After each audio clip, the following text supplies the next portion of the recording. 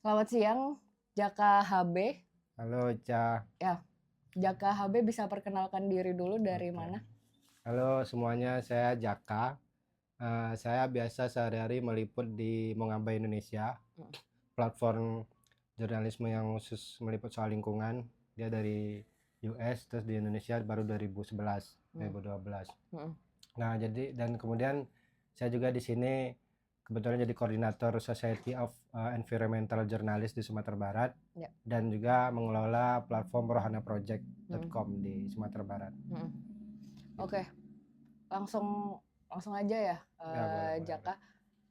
Melihat kondisi Sumatera Barat belakangan ini, terutama semingguan terakhir lah kurang lebih, banyak titik di Sumatera Barat ini tergerus air gitu, arus air yang ya debit airnya sangat besar gitu, dan itu membawa banyak sampah dan pepohonan gitu, dan itu memakan korban jiwa bahkan gitu. Ya, ya, ya. Bagaimana Jaka melihat peristiwa ini di Sumbar gitu? Oke. Itu sudah berulang ya Iya, dari tahun ke itu tahun. setiap tahun. Jadi sebenarnya Padang atau Sumatera Barat ini kan berhadapan langsung dengan Samudra Hindia ya. Ya. Jadi apapun yang terjadi di Samudra Hindia gampang sekali terjadi di sini. Misalnya badai di situ bisa pindah dengan cepat ke Ya. Padang, Sumatera Barat Hmm. dan beberapa kabupaten, dan kemudian dan juga saya baru liputan beberapa waktu belakangan, saya bawa wawancara beberapa ahli, dan kita kan juga di sebelah barat, di sebelah timur ya, Hmm. ada Bukit Barisan juga, dan Ada situ Bukit banyak Barisan. sekitar 134-an das daerah aliran sungai besar-besar, belum lagi sungai-sungai lain berhulu di sana. Nah, jadi dan kemudian eh, ketika hujan besar, otomatis mereka akan terbebani oleh air itu. Nah, pada beberapa tahun yang lalu aku kebetulan eh, mendapatkan data dari Dinas Kehutanan juga yang mendata bahwa 2016 sampai 2021 eh, itu ada sekitar 15.000 hektar per tahunnya. Jadi yang yang hilang, yang hutan yang hilang hilang, tutupan hilang hutan yang atau hilang. dihilangkan. Nah, itu bisa Hmm. bisa macam-macam, ada yang beralih fungsi jadi perkebunan, Betul. ada yang kemudian Kebun sawit. kebun sawit bisa, kebun masyarakat biasa bisa, dan kemudian eh, tapi yang besar kan biasanya ke perkebunan sawit dan sebagai daerah Pasaman, Agam dan sebagainya itu. Betul. Nah, kemudian ada juga pembalakan liar, illegal logging yang masih Hmm. terjadi banyak tempat di Mentawai bahkan. Hmm.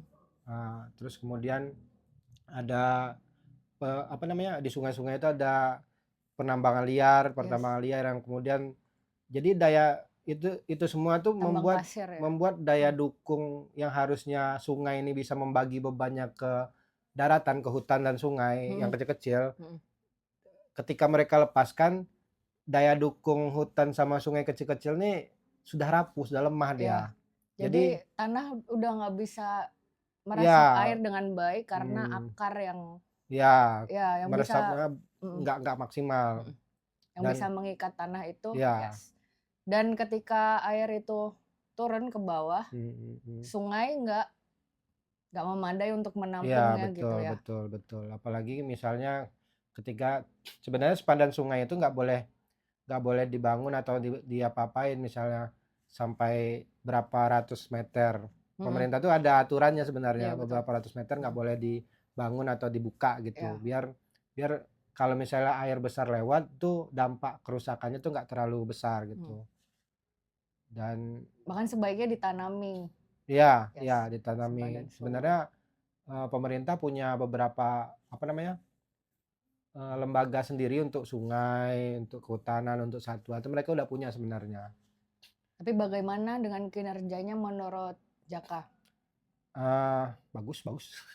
Tapi ini yang sering kali dari bertahun-tahun lalu, bahkan 10 tahun belakangan mungkin, teman-teman yang mengikuti isu-isu lingkungan terutama ya, Mm-mm.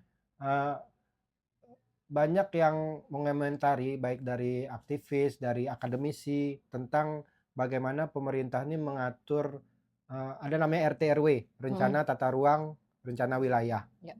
Jadi kayak misalnya di daerah sini diwajibkan untuk pembangunan perumahan aja, Ya. di daerah sini perdagangan. Nah, di Sumatera Barat ini atau di Padang lah misalnya lebih dekat ya, banyak saya temukan kemudian daerah-daerah yang awalnya resapan atau daerah aliran sungai lama gitu, Ya. itu dijadikan pemukiman misalnya. Betul. Otomatis ketika itu dibangun rumah, ketika ada kejadian kayak gini, ya banjir dan banyak banyak korban secara bangunan rumah lah, korban jiwa, korban banyak lain. Banyak jalan Ya, putus. ya jalan putus hari ini kan banyak tuh jalan-jalan putus tuh. Betul. Apalagi kayak di Lembahana ya. Lembahana itu dari bertahun-tahun lalu saya memperhatikan banyak yang sudah berteriak kalau itu harus disterilkan atau diselamatkan lah, karena itu namanya tuh daerah aliran sungai, daerah aliran das itu bukan sungai, das itu adalah hamparan satu sungai besar dan hal-hal yang mengikutinya ya. Jadi bukan sungai ini bukan daerah aliran sungai satu sungai. Nah, jadi di situ daya dukungnya sudah lemah dan kemudian beberapa tahun lalu kita tahu Galodoh dari Merapi turun di situ masif dan hancur semuanya kan. Seandainya di situ daya dukungnya masih bagus, itu nggak akan semasif itu kerusakannya. Nah, itu terjadi di beberapa tempat, jalan putus dan sebagainya gitu. Oke, Jaka, seminggu terakhir ini bagaimana Jaka melihat pemerintah provinsi atau pemerintah kota menangani ini? Kalau dari sebenarnya agak ini ya, kalau misalnya kayak Badan Penanggulangan Bencananya sudah cukup tanggap. Cuman kemudian saya nggak tahu ya, akar masalah ini kan akar masalah yang jangka panjang, bukan masalah yang muncul aja gitu kan, bukan peristiwa aja. Bukan peristiwa yang tiba-tiba saja terjadi di betul, tahun ini, di bulan ini gitu. Betul, dan harusnya setiap lembaga pemerintahan di masing-masing tempat yang mengurusi hutan, yang mengurusi laut, yang mengurusi bencana itu kan sebenarnya kita punya satu forum untuk forum tangkap bencana gitu ya. Nah, di situ sebenarnya udah ada mitigasi, ada penanganannya, ada yang ketika kejadian. Nah, itu harusnya lebih aktif untuk kemudian membangun mitigasi. Jadi supaya tahun depan nggak diulangi gimana. Nah, tapi kemudian pas pemilihan gubernur tahun lalu itu beberapa kawan organisasi non pemerintahan mengadakan namanya pilah-pilih ya sama LBH juga, dan beberapa ahli jadi panelis menanyakan ke calon-calon gubernur. Yang waktu itu di UNP itu ada cuman Vasco yang datang, dan itu pun menurut beberapa panelis jawabannya juga formalitas saja, nggak menyentuh akar masalah yang kemudian rencana tata ruang nggak dibahas, terus juga bagaimana kemudian suhu semakin naik.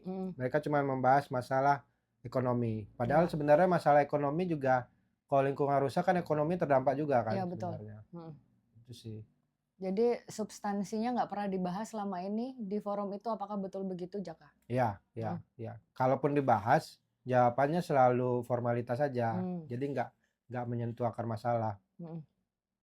Jadi sebenarnya kita perlu yang perlu dinaikkan kemudian kesadaran kritis di Sumatera Barat gitu. Kayak kalau di Palembang beberapa tahun lalu misalnya teman-teman bisa lihat di berita-berita, masyarakatnya menuntut pemerintahnya untuk mengatasi banjir dan itu dikabulkan oleh pengadilan. Nah, jadi seharusnya memang kita kan tahu kan sekarang kalau nggak didesak secara rame-rame pemerintah nggak bergerak kan. Jadi masyarakat sudah harus bergerak untuk bersuara atau setidaknya melakukan sesuatu agar, atau membuat petisi lah misalnya, agar pemerintah segera menaikkan atau memulihkan daya dukung lingkungan hidup di Sumatera Barat. Jadi biar nggak terulang lagi kan. Ini paling Januari Februari kita pemerintah lupa lagi nih. Yang kasihan itu masyarakat menengah bawah yang kemudian nggak punya akses kekuasaan, nggak punya akses ke banyak hal gitu, pendidikan dan sebagainya. Mereka nggak bisa bersuara gitu. Orang-orang yang paling terdampak Justru Justru kelas ya. menengah bawah. Mm-mm. Kalau orang kaya, hari ini perumahan orang kaya di Lumin kan kena tuh, Ya. rusak semuanya karena itu Mm-mm. juga dulu sempat kabarnya juga itu dulu juga aliran air kan, Mm-mm. jadi terdampak. Tapi mereka karena kaya mereka bisa pindah, Mm-mm. walaupun ya susah memang. Bisa menginap sementara di hotel. Iya, tapi untuk orang-orang yang tingkat ekonominya rendah, itu juga kesulitan mereka mau pindah kemana. Mm. Terus juga besok mau makan gimana gitu kan. Itu yang kemudian eh, terjadi. Bagaimana kesadaran bencana dari orang-orang Sumatera Barat sendiri, Jaka?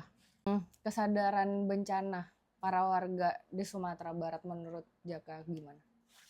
Jadi sebenarnya banyak orang kemudian di Sumatera Barat saya temui pasrah ketika mereka tinggal di daerah-daerah yang rawan bencana. Karena ya mereka jawabannya ya gimana lagi gitu. Tapi kemudian orang-orang yang punya kesadaran seperti intelektual, kampus dan sebagainya, harusnya mereka juga mengingatkan ke pemerintah kalau pemerintah tuh punya kewajiban untuk memenuhi hak asasi manusia warga untuk mendapatkan lingkungan yang aman, untuk mendapatkan lingkungan yang sehat gitu. Nah, gimana caranya ya? Pemerintah punya sekolah-sekolah, Ya. pemerintah juga punya lembaga-lembaga siaga bencana gitu. Misalnya bikinlah kurikulum tangkap bencana misalnya, atau bikinlah kayak misalnya di Aceh misalnya. Kalau di Aceh kan kita tahu mereka punya sejarah yang panjang ya. Ya. Di sini juga misalnya ada, sebenarnya udah ada kayak siapin tas wajib tas itu, cuman itu di kelas menengah atas. Kelas menengah bawah tuh nggak ada dari pemerintah nih gimana caranya menyelamatkan mereka. Karena kita tahu kayak di mana Air Manis, beberapa rumah warga itu kan hancur karena abrasi misalnya. Apalagi sekarang pas hujan kayak gini gimana mereka mau membangun. Nah, itu gimana pemerintah menanggapinya? Pemerintah punya mereka punya Basnas lah misalnya, bantuan dengan uang Basnas gitu. Terus anak-anak sekolah ketika terjadi kayak gini diajarin harus apa gitu. Harus menjaga lingkungan dan membangun kesadaran bahwa apa ya? Bahwa merusak lahan yang lebih tinggi itu juga nggak boleh gitu, diajarin di sekolah gitu kan. Ya, mulai dari hal-hal sederhana ya, kayak laboratorium kecil-kecilan. Ya, betul. Bagaimana air itu ketika dialirkan dari tanah yang dikumpulkan sama siswa-siswa di sekolah, menggunung, nggak ada rumputnya, kita tuangi air. Ya, terus apa bedanya dengan yang banyak rumput gitu? Ya itu harus dikasih tahu Salah sih. satunya gitu. Terus berarti selama ini belum pernah ya pendidikan siaga bencana di sekolah. Padahal kan langganan bencana nih Sumatera Barat, Jaka. Kemarin saya lihat pemerintah kota melakukan simulasi gempa ya. Nah, aku nggak tahu nih mungkin apakah mereka sudah memikirkan apa enggak. Tapi hal-hal seperti itu nggak terlihat. Kalaupun terlihat, kalaupun di sekolah itu nggak diikuti oleh kebijakan-kebijakan mereka yang memulihkan daya dukung lingkungan hidup. Nah ya, jadi lagi-lagi hanya ya, jadi tindakan setelah kesadaran kita akan menjaga lingkungan hidup itu selalu datang lebih terlambat daripada kerusakan yang berasal dari kerusakan lingkungan hidup. Jadi kita sadar tuh selalu terlambat dari bencana. Merespon kerusakan. Ya, setelah bukan ya merespon kerusakan bukan merespon sumbernya.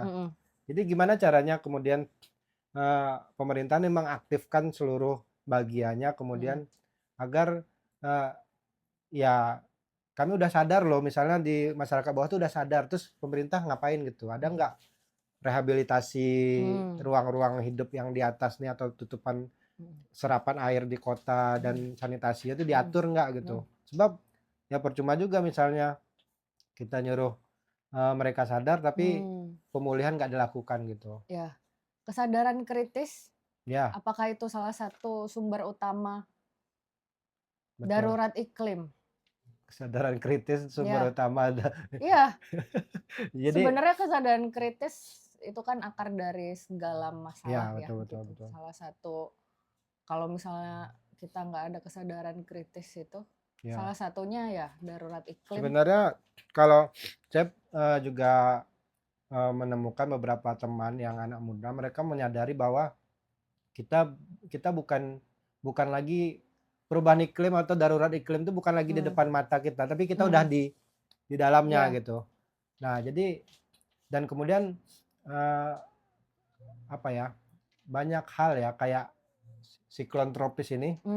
Saya baru bertanya pada Kepala Pusat Penelitian Perubahan Iklim di UNP yang mengatakan bahwa siklon tropis itu bibitnya akan membesar ketika bertemu laut yang menghangat.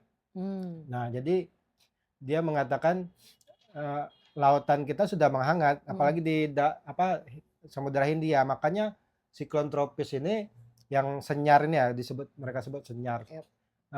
Jarang datang sampai ke sini gitu. Nah, jadi karena dataran laut itu menghangat karena banyak hal, karena pemanasan global, aktivitas manusia di atas laut, penggunaan fosil, bahan bakar fosil, penggunaan bangunan-bangunan yang tidak sesuai dengan lanskapnya gitu. Yes. Nah, itu semua membuat daratan permukaan air laut hangat, dan kemudian ketemulah siklon tropis itu ke situ, dan kemudian makin banyak ininya bibitnya membesar, kemudian mendekat ke daratan. Nah, jadi itu kan gambaran dari laut tadi ya, karena aktivitas itu laut ini juga nggak terlepas dari darat nih. Darat yang kemudian saya bilang tadi 15.000 hektar per tahun itu, yang di atasnya kan mengalir nih endapan lumpurnya, dan itu mematikan tempat rumah-rumah ikan ini, terumbu karang dan sebagainya, dan itu membuat nelayan agak susah menjauh gitu. Berlayarnya lebih jauh. Dan itu banyak pelepasan karbon di situ kan. Jadi di sini menghangat, terus kan sebenarnya kan laut memproduksi oksigen juga kan. Yes, betul. Dan 90% panas di bumi itu dihisap di laut. Jadi ketika di daratan ini rusak, lepas panasnya ke situ. Jadi beban 90% ini tambah lagi. Jadi yang menyerap 10% ini juga rusak. Ya. Jadi harusnya jadi ekosistem di darat rusak, ekosistem di laut sudah rusak juga. Ya, laut otomatis dia ya kayak tong sampahnya gitu. Kita kan sering buang sampah ke laut kan. Ya. Jadi pemulihan atas semua ini sebenarnya harus dilakukan di keduanya. Iya, betul. Darat dan laut. Jadi gini. Gitu. Bagaimana pemerintah dan lembaga apapun itu, NGO, berintegrasi untuk menangani ini? Ada satu cara berpikir. Jadi ada yang mendasar, ada cara berpikir yang biosentris gitu. Kita harus menyadari bahwa kita adalah bagian dari ekosistem kehidupan kita. Selama ini kita selalu dicekoki logika-logika bahwa manusia itu, alam itu bisa digunakan oleh manusia. Jadi manusia itu di luar alam terpisah. Ya. Jadi kita pakai istilah, kalau Vandana Shiva bilang, di Shiva ada bukunya, antroposentris. Ya. Jadi kita selalu memisahkan satu hal dan hal lain. Misalnya, hutan gundul, apa hubungannya ke laut? Nggak ada kan, katanya. Terus juga nanti kalau nebang pohon satu longsor nggak? Ya nggak longsor lah, katanya. Satu doang, tapi semua orang mau ngambil satu. Iya, nggak berkesinambungan. Jadi ada sebenarnya logika berkelanjutan yang sebenarnya jadi diajarkan harusnya ke anak-anak tuh semuanya itu berhubungan gitu loh.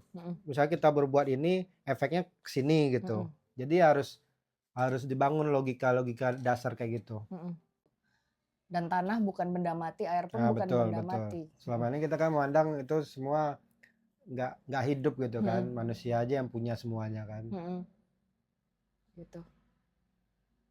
Apa yang harus kita lakukan gitu sebagai warga biasa? Kita kan orang-orang biasa yang kita disibukkan oleh pekerjaan-pekerjaan yang belum tentu itu bisa memenuhi kebutuhan hidup kita. Sehari-hari kita sibuk untuk bertahan hidup gitu. Boro-boro untuk mikirin strategi menangani. Ya, betul. Ya, penanggulangan bencana, terus menangani gimana sih hutan gundul, sungai, begini dan begitu. Sebagai warga biasa, gimana menurut Jaka? Sebenarnya berasal dari dasar logika yang harus ditanamkan sejak kecil di sekolah misalnya. Mm. Saya percaya setiap orang tuh eh, setiap individu tuh politis. Artinya sebagai warga negara, setiap eh, keluhan dia soal hal yang terjadi di sekitarnya itu bisa berdampak ke politik. Dan bentuknya bisa kemudian berubah menjadi kebijakan atau hukum atau peraturan daerah. Nah, masing-masing kita ketika sudah punya kesadaran biosentris tadi, kita bisa selemah-lemahnya iman ya. Kemudian kita bisa bersuara di sosmed misalnya, kalau kemudian ada keterhubungan yang putus dalam alam kita. Pemerintah harus segera memperbaiki banyak hal dan sebagainya. Dan penanganan bencana juga terkait dengan pilihan-pilihan politik kita misalnya. Masyarakat juga harus punya kesadaran itu, sebab ketika kesadaran itu punya, kita akan menentukan pilihan kita. Ya, siapa yang kita pilih, mereka lah yang menentukan bagaimana hidup Iya, kita ke depannya. betul. Jadi kayak adalah tuntutan-tuntutan bahwa kami nggak mau banjir lagi nih, bisa nggak calon ini maju, calon ini. Gimana caranya biar kita bisa melek politik, Jaka? Menurut Jaka? Gimana caranya ya? Pendidikan kritis, bukan hanya pendidikan yang menghafal doang gitu. Ya, jadi sebenarnya di Sumatera Barat sendiri sebenarnya cukup banyak teman-teman yang bergerak di kegiatan-kegiatan literasi ya, baik bukan cuma literasi dalam bidang membaca buku, tapi juga isu-isu kayak misalnya hukum, lingkungan hidup, beberapa NGO kayak Walhi, LBH, Nurani Perempuan di situ misalnya kayak Stefa ini dia membaca buku literasi gitu kan. Nah, sebenarnya pemerintah juga sebenarnya punya perpustakaan dan sebagainya yang harus kemudian diaktifkan. Nah, betul. Kemudian berarti barangkali memang butuh lebih banyak lagi ruang-ruang seperti Stefa, Jaka? Iya, betul. Jadi kita harus memperbanyak kemudian pembicaraan soal ini, karena ketika pembicaraan itu nggak menjadi sebuah wacana yang besar, itu akan sulit kita wujudkan. Saya selalu percaya kalau ketika semua orang bicara, semua orang bicara, maka pemerintah akan merasa terdesak gitu. Atau bukan cuma pemerintah, orang-orang biasa akan tergerak untuk membaca, mencari ide, mencari solusi sendiri, karena kita butuh lebih banyak lagi orang-orang yang berisik bicara tentang betul. bencana alam. Ya, berisiknya nggak cuma ngomong, tapi bergerak dengan bidangnya masing-masing. Bergerak dengan bidangnya masing-masing dan mendokumentasikannya. Ya, gitu. Betul. Karena sekarang kita perangnya pakai media sosial. Betul. Gitu.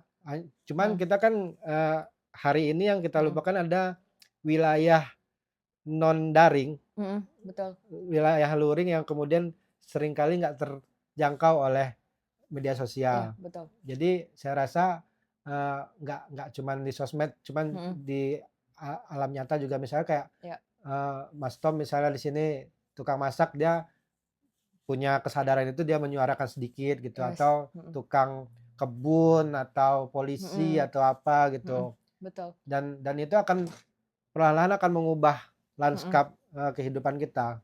Betul. Jadi apa yang dilakukan, yang sudah biasa dilakukan oleh warga biasa, itu barangkali bisa lebih masif. Ya. Apabila kita dokumentasikan, kita sebarluaskan. Jadi itu menjadi ramai, menjadi perbincangan yang masif di media sosial, sehingga itu mendorong perubahan. Setidaknya di taraf kebijakan barangkali gitu. Nggak usah pakai setidaknya begitu lah. Memang harus berubah. Memang harus berubah. Oke. Terima kasih Jaka atas kehadirannya di podcast Siteba Berpuisi. Membahas bencana alam di Sumatera Barat. Terima kasih, sampai jumpa teman-teman, sampai jumpa Jaka.